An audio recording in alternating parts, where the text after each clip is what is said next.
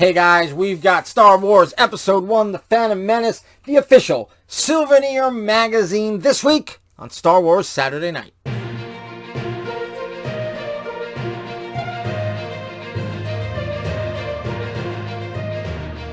Hi guys, welcome back to Star Wars Saturday Night. I'm Anthony, this is Collectors Entertainment Network, and this week we're going to take a look at The Phantom Menace, the official Souvenir magazine. But before we jump into that, guys, I'd like to ask you, please subscribe to the channel if you haven't already. Please comment down below. Let me know if you've got this magazine or any other memories of The Phantom Menace that you'll want to share. Speaking of sharing, go ahead and share this video with anyone you think may like it as well. And go ahead and give this video a like, because that helps a lot too.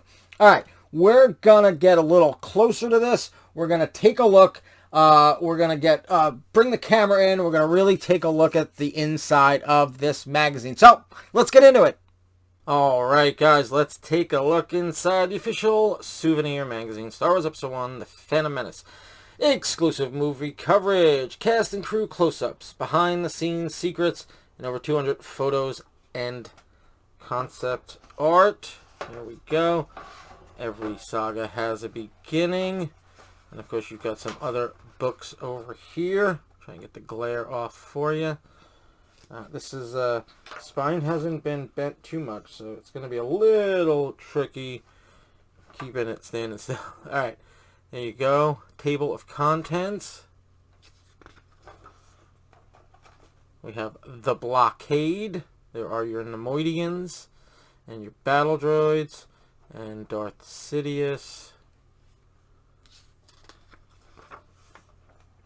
Here is the invasion begins. There is the battle droid transport. Of course, Obi-Wan, Qui-Gon, Jar Jar, and Queen Amidala herself. Undersea adventure. Of course, all the shenanigans that go on when they are underwater traveling through the planet core. Alright, we've got repair to Tatooine, when, of course, the ship, gets busted, and they have to go to Tatooine. Of course, they meet Anakin and 3PO there, and Watto. And then the pod race. Good stuff. And, of course, the encounter with Darth Maul in the desert. Fateful meeting. This is when Anakin meets the Jedi Council. And of course there's Mace. And here's Senator Palpatine at the time. A call to arms. There's some Darth Maul and some Anakin. And and the Gungans right there. Boss Nass. Battle of Naboo. There you go, all the battle droids. And of course, Obi-Wan and Qui-Gon versus Darth Maul. Anakin saves the day. Of course he does. Destroying the Trade Federation, central ship that controls all the droids. And peace prevails for now. And of course there's the celebration on Naboo. There is, more of the celebration on Naboo. There is Yoda and Darth Sidious / Palpatine. And now we get into some of the characters and the actors. So we've got Qui-Gon Jinn, of course, is Liam Neeson. Obi-Wan Kenobi is Ewan McGregor. Anakin Skywalker, Jake Lloyd. Shmi Skywalker, Pernilla August. And Queen Amidala herself, Natalie Portman. Jar Jar Binks is Ahmed Best. Now look at this. Join us and subscribe to Star Wars Galaxy Collector. Only $17. That's almost 15% off the cover price.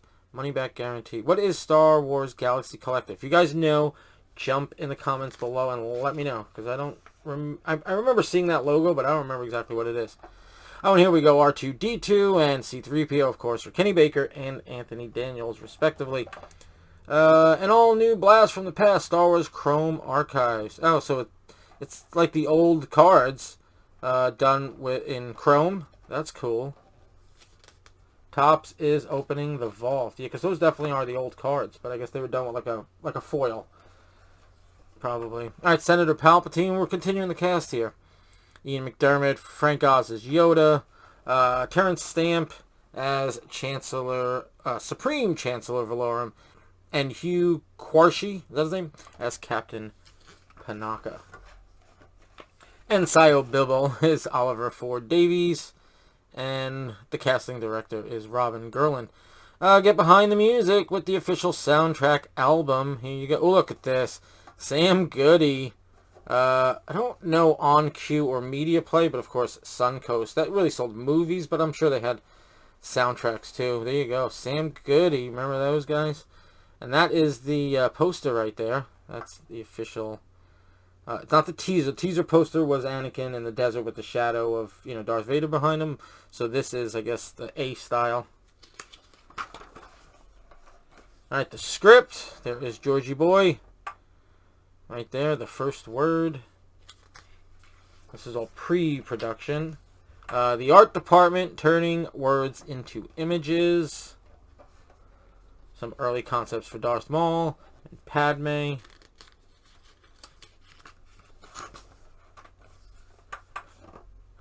More pre-production. There, of course, is Doug Chang. There's like head of the art department, I think. Alright, donning the galactic look. Continuing the pre-production section. Again, more like concept art for Amidala.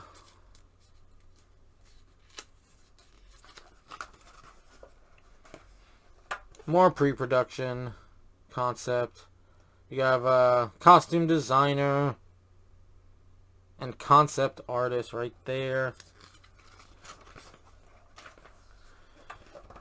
The model universe, more of the pre-production. This is, of course, our models. Look at that. Beautiful model of Naboo. And try and keep the glare out. We've got the pod race models. Good stuff.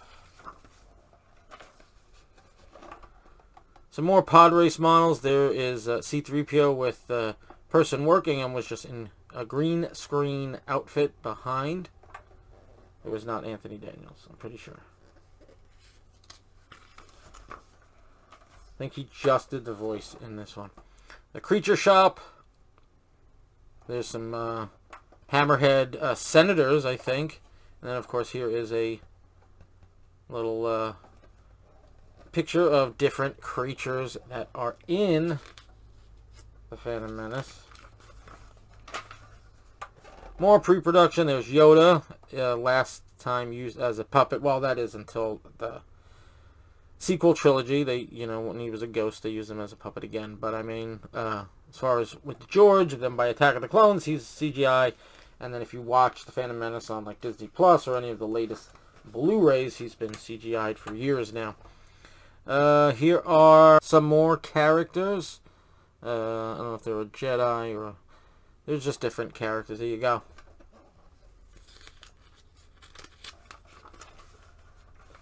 Alright, now we have On Location, Ready, Set, Action, Leavesden Studios, England. There is the Starfighter hangar. Good stuff. This was the last one based in England. For Attack of the Clones and for Revenge of the Sith, they were actually based in Australia. I think Fox built like new studios. And granted, it's Lucasfilm, but Fox did distribute it, and I think it was on Fox's studios in England. I'm sure they figured out a way that benefited everybody. On Location. But that's why, if you notice, all the extras in Attack of the Clones and Revenge of the Sith have Australian accents. No more English. It's funny, though, because in the original movies, like, there were plenty of English actors that just got overdubbed with American voices. Because they were English, and they were there as, not so much extras, obviously, if they wouldn't be extras if they had speaking. But, bit parts. And a lot of them, X-Wing pilots and all that stuff might have been English or had English accents, but they were, then they were overdubbed by American voices. And of course, there is Anakin and Shmi. You always say the biggest problem is people don't help each other. Alright, still on location. Fit for a Queen, on location, Caserta, Italy. So I think a lot of Naboo is filmed in Italy, at least the exteriors and stuff like that. I know in Attack of the Clones, when they go to the, the lake property, that I believe is Lake Como in Italy. So even this is, I guess they made an aesthetic choice that Naboo would have similar architecture to places in Italy. Of course, that is continued. And then back to Tatooine, on location in Tunisia. They filmed here for this one, and they also filmed here for Attack of the Clones, but they didn't really film here for Revenge of the Sith. From what I understand is when they were filming Attack of the Clones, George already knew the final scene when Obi-Wan hands off Luke, and they had filmed that then. With Beru and Owen.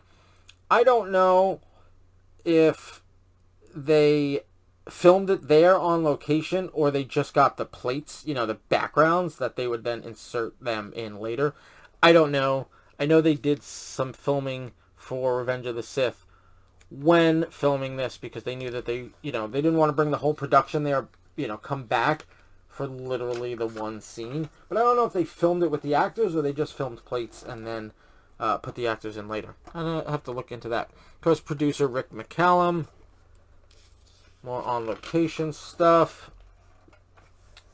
Phantasmic, Phantom Menace, and the next evolution of movie magic. And of course, this is post-production where they add in all the digital effects. There are your Gungans. There is Tatooine. I don't know if that's part of the pod race, probably. More post-production. ILM and the first unit. Laying the pipeline. I know I said that backwards. This is over here and that's over there, but it's how it caught my eye. Alright, Phantom characters. You got basically battle droids. More post-production. We've got building the digital backlot. Good stuff. Sorry about the glare. It's a battle between keeping it well lit so you could see, but also putting a light on pretty shiny paper. So it does glare, and I'm trying to mitigate that as best as possible. There's some more. Right, battle scene, of course, the lightsaber duel between Obi-Wan, Qui-Gon, and Darth Maul. And then here we've got some of the masterminds at ILM: John Knoll, Dennis Muren, Scott Squires, and Rob Coleman.